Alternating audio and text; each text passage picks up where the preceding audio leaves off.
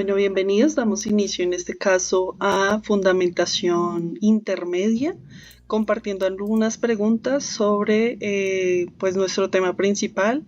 Lo enfocamos hacia el tema de centro-periferia. Vamos a dar inicio pues mencionando las reglas de nuestro debate, la información que vamos en este caso a suministrar. El debate, en primer lugar, pues debe tener un ritmo conciso, no debemos detenernos. Es preferiblemente que podamos argumentar las cosas aunque sean más sencillas o también pues los temas más serios que ustedes consideren. También pues lo más importante del debate sería defender nuestro punto de vista y pues presento en este caso a nuestras ponentes. Luz, hola, ¿cómo estás, Luz? Hola, mucho gusto. Carol, Carla, perdón. Hola, Lorena. Hola, Lorena. Hola, Luz. Y también haría parte de la ponencia. Mi nombre es Lorena. Entonces, continuando, vamos a dar inicio. Las reglas serían, pues como les menciono, daremos a conocer las preguntas inicialmente. Cada pregunta tendrá la oportunidad de exponerse o esta respuesta de tener un tiempo aproximadamente de cada una de 2 a máximo 5 minutos y podremos refutar esa respuesta pues levantando la mano y igualmente tendríamos la disposición de refutar o debatir 2 minutos aproximadamente máximo, ¿vale? De acuerdo. Perfecto, entonces vamos a dar inicio. Dentro de lo que vamos a mencionar, efectivamente las palabras claves que vamos a encontrar sería pues el tema principal, la economía, desarrollo, la dependencia, centro, periferia, las relaciones, país y algunos beneficios.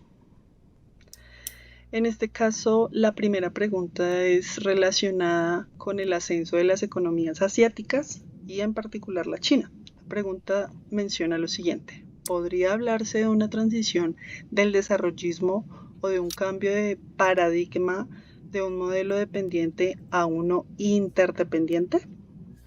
Luz, coméntanos. En términos económicos, yo diría que sí podemos hablar de un desarrollismo, eh, pues teniendo en cuenta que China era también un país subdesarrollado, que estaba pues en la periferia, y ahora es un país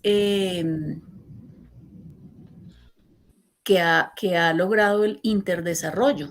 Hay otros países, o sea, ha logrado que otros países quieran invertir en China pues ha avanzado tecnológicamente. Entonces, pues lo que yo encuentro ahí es que pues ha creado políticas que lo han ayudado a surgir de esa manera. Ujú. Listo. Carla, cuéntanos, ¿qué opinas?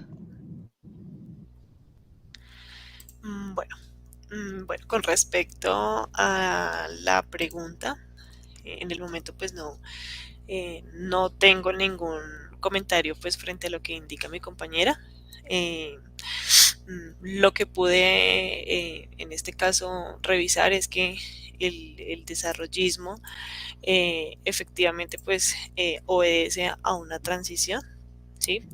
Correspondiente a los estados, dependiente e interdependiente, ¿sí? Cabe aclarar que las dos, eh, bueno, las dos consecuencias o los dos modelos prácticamente son los tres cuando hablamos de dependencia, independencia e interdependencia, ¿sí? Ya que uno siempre va a depender del otro. Ese es mi comentario con respecto a la pregunta. Vale. Bueno, respecto a lo que dice Luz, pues no estoy de acuerdo en cuanto a que quieran invertir. Querer, no, más bien se ven ya obligados a que quieran invertir. ¿Por qué? Pues porque no ven de otra forma pues su economía. O sea, a lo largo de los años, y lo evidenciamos constantemente, nosotros como centro, por decirlo de esa manera, o sea, productores de materias primas, dependemos de estas economías industriales. y China es una de ellas. Claramente es una economía industrial que exige pues que cada uno de nosotros eh, tengamos la necesidad de exportar e importar esos productos hacia nuestro país, porque son más económicos, porque, entre comillas, generan una interdependencia. La interdependencia habla de que es algo mutuo, pero realmente considero en general que este beneficio es solamente hacia ellos. Nosotros siempre seguiremos dependiendo de esa economía o siempre trataremos de eh, llegar a esos niveles, pero pues nuestro nivel de producción nos lo va a impedir constantemente. Vamos a pasar a la siguiente pregunta, ¿vale? Listo. La siguiente pregunta dice, ¿en qué medida son fijos los lugares centro-periferia? Y pues desplegándose una segunda pregunta dice, ¿qué pasa cuando cae un país del centro? ¿Qué crees que sucede, Luz? ¿Sí Bueno, caen? sí pueden caer. Yo opino, no. Los países pueden pasar de centro a periferia y las consecuencias cuando cae un país de centro pueden ser también consecuencias duras, por decirlo así, para los países que dependen de él. Okay. ¿Por qué? Pues porque los países de la periferia dependen de la economía y de políticas de ese país de centro. Como ejemplo, pues está la Unión Soviética, ¿sí? De hecho, pues con eso empiezan las lecturas. Eso te quería preguntar. Danos un ejemplo. ¿Qué país? Sí, está Muy la bien. Unión Soviética cuando cayó. Listo. Carla. Bueno, bueno, con respecto a la pregunta, quiero enfocarme más en, pues de pronto no en lo que habló mi compañera de cuando cae un país, sino que pues en la parte principal de la pregunta acerca de en qué medida son fijos los lugares centro y periferia. Pues hay que Okay. entender que centro y periferia es una dualidad, ¿sí? El cual son sistemas tanto económicos como políticos y con ello lo que nos lleva a entender es que es una dependencia mutua, ¿sí? Entonces, mientras una esté, la otra va a conservarse. Okay. Y aparte de esto, si cae un país, pues como que todo esa línea que se lleva, como que se empieza a caer y allí es donde se genera un atraso en el desarrollo y en las estructuras, Bueno, tanto yo políticas como estoy... económicas. Ay, perdóname. Continúo. Entonces, yo estoy de acuerdo y no. Porque, y continúo con lo que menciona Carla. O sea, un país del centro está allí porque lo mantenemos los países de la periferia. ¿Sí? Efectivamente, depende uno del otro. O sea, es realmente algo que, por decirlo así, entre comillas, es una equivalencia. Entonces, no cae, para mí no cae un país y lo evidenciamos pues hace mucho tiempo y aunque no hay una lista, porque traté de buscar de pronto información en internet, qué lista, qué países, pero constantemente mencionan a los mismos países y está Estados Unidos, Japón, ahora China, Alemania, ¿sí? Dentro de también ahí existe no solamente la periferia, sino una semiperiferia, que está como entre la mitad, por decirlo de esa manera, y hablan de Brasil, de Sudáfrica, y nosotros ya estamos en la periferia, o sea, en lo último, que estaríamos hablando de Asia, África, América Latina. Y desafortunadamente esto ha sucedido y sucederá posiblemente de forma muy constante. Sin embargo, si vemos esta situación, dale, dale, Carla. Bueno, sí, efectivamente quiero complementar como lo que tú dices, porque sí, efectivamente, como lo mencioné hace un momento, el uno depende del otro, ¿sí? Y esto genera un desequilibrio, ¿sí? Porque pues en un lado se genera importación, al otro lado se genera exportación. Entonces, todo, en este caso del centro-periferia, sin estar la una a la otra, como tú lo dices, pues no estás de acuerdo de pronto con lo que yo comenté, pero sí genera tal vez como en un punto intermedio un desequilibrio. Exacto, también. Y algo con lo que finalizaría en este caso es, se ve un desequilibrio, ¿por qué? Porque estos países en muchas ocasiones no explotan sus recursos minerales, lo hacen hacia afuera, hacia la periferia. ¿Quiénes son los que exportan esas materias primas? Nosotros, la periferia.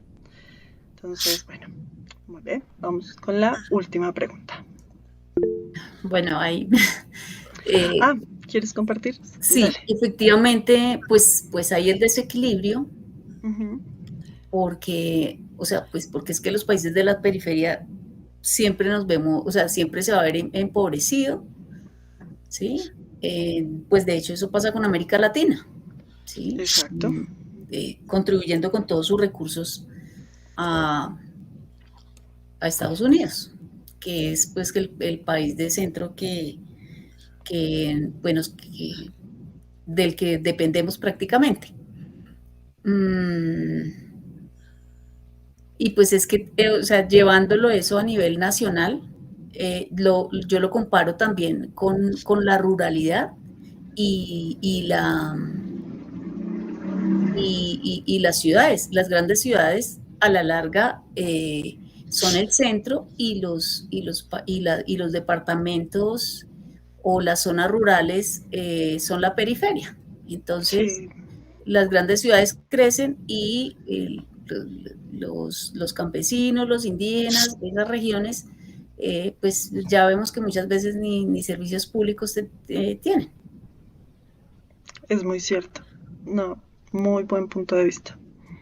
Sí, Bueno, realmente nosotros somos el centro. Ah, sí, es verdad. Muchas gracias por ese complemento. Listo, vamos con la última pregunta. Menciona, dice, ¿quién termina siendo el mayor beneficiado de las relaciones del capital global actual? ¿No habría distinguir también entre élites y proletariados transnacionales? Luz, ayúdanos. ¿Qué opinas? eh, efectivamente los mayores beneficiados pues van a ser las élites, Sí, ¿sí? Porque son los que absorben, pues, los que se benefician de toda la mano de obra, son los que le ponen el precio al trabajo pues, ellos compran mano de obra barata, que ellos son los que ¿sí? De hecho, pues son los que absorben las mejores mentes, ¿sí? De los, de los centros que no son lo que le llamamos mm,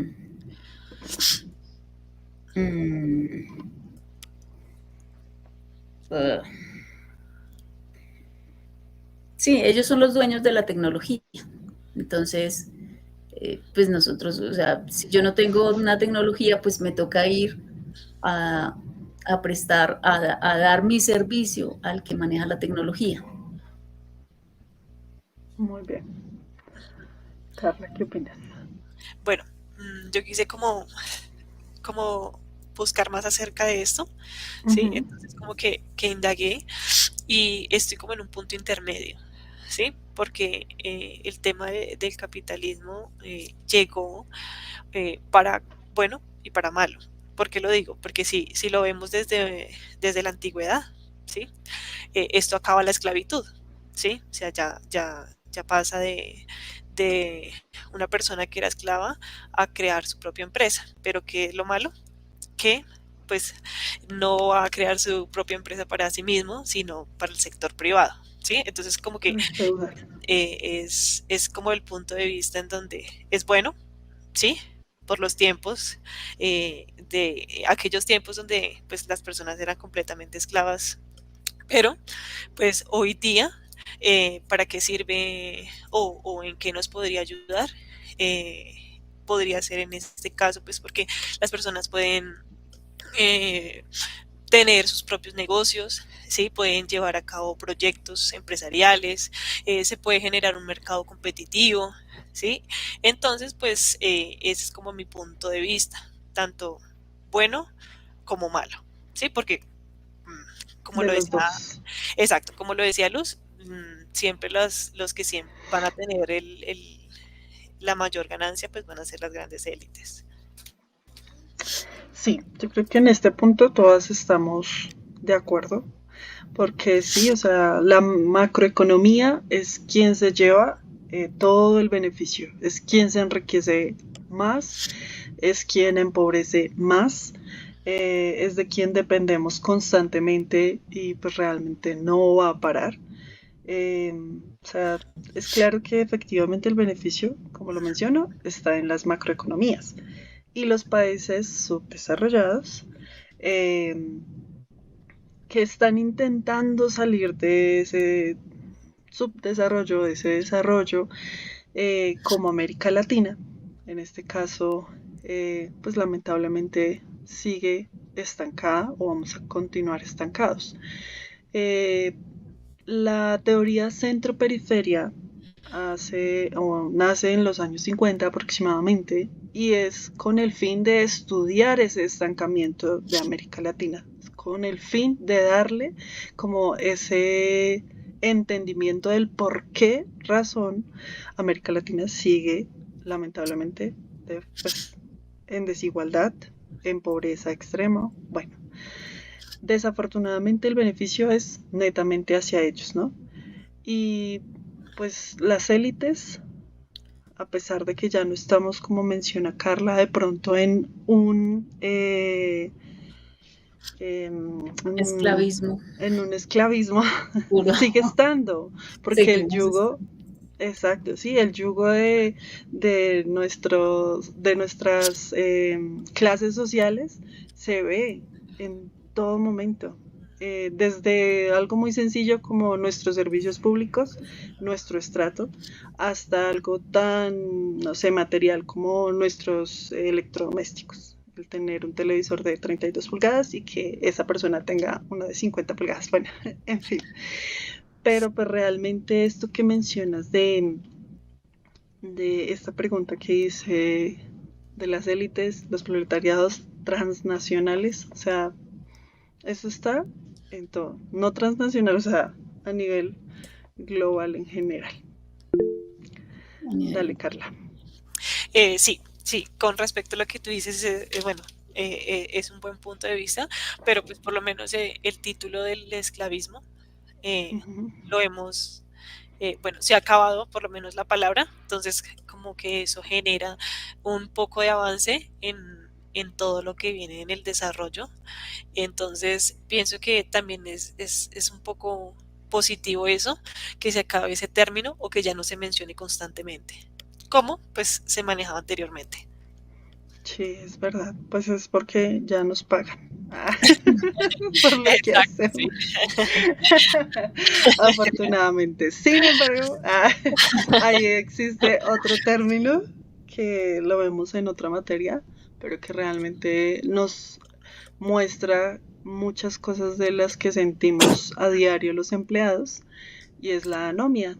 Nosotros no tenemos, o sea, no somos dueños del fruto de nuestro trabajo.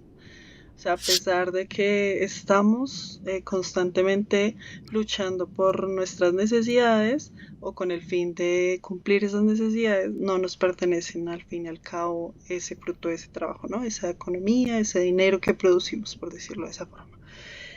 No sé, ¿alguien más quiera dar alguna otra conclusión? Dale, Luz. Bueno, pues es que yo digo que el desarrollo es relativo, ¿sí? Ujú.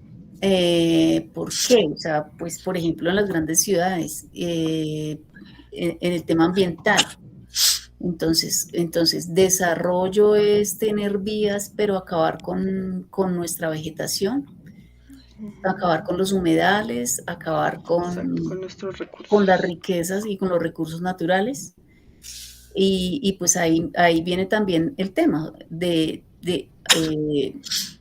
si esclavitud, si a la larga, bueno, en la esclavitud, pues lo que tú dices, no me pagaban, pero, pero ahorita nos pagan igual. Son más Seguimos ahí. Exacto, nos pagan, pero yo endeudados. creo que, o sea, sí, Sí, y todo es manejado. Yo, por ejemplo, me doy cuenta y yo digo, hombre, si es que desde que nace un niño, entonces ya lo registramos y eso ya es para empezar a pagar impuestos. Ya desde que el niño nace y está registrado, total. es que eso ya es mirando cuántos pesos le va a producir al Estado o sí, a las grandes empresas, porque a los colegios, A todo. entonces, Ahí es donde viene que todo La tiene una causa salud. y una consecuencia. sí. Ajá, En esto es muy todos cierto. los sentidos de la vida. Bueno, con esto finalizamos. Realmente les agradecemos muchísimo. Espero que el debate haya sido muy productivo para ustedes y que lo puedan disfrutar. Hasta otro próximo debate. Muchísimas gracias. Hasta Gracias. luego y mucho gusto.